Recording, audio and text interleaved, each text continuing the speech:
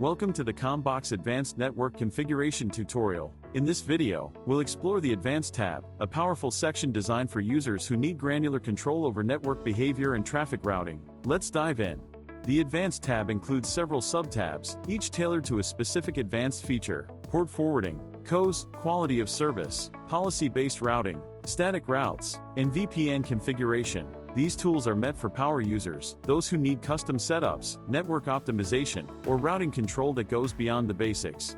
Let's begin with port forwarding. This feature lets you expose internal devices to the internet. Each rule includes fields like a rule ID, used internally by the system, an enabled checkbox to toggle the rule, a choice of protocols, TCP, UDP, both, or even GRE and ESP.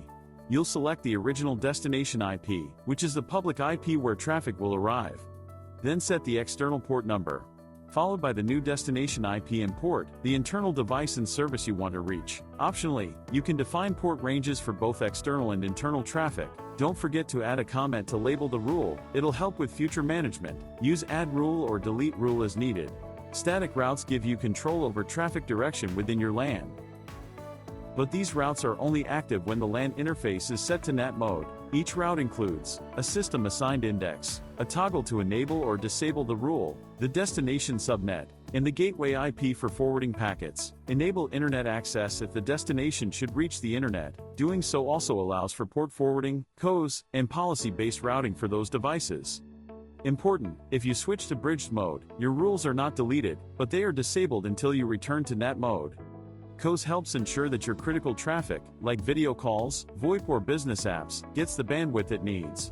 You can define up to 8 classes, each with a bandwidth ratio to control how much traffic it gets. Ratios are dynamic. Unused bandwidth from higher classes can be used by lower priority traffic. Enable redundant mode to duplicate packets over 2 WANs for maximum reliability. Recommended for latency-sensitive traffic like VoIP, video conferencing, online gaming, remote desktop, real-time control systems. Classification rules match traffic to COS classes using criteria like IP address, port numbers, protocol, even DSCP values for external COS integration. Use wildcards like any or asterisks to match all values in a field. Unmatched traffic goes to the default class automatically.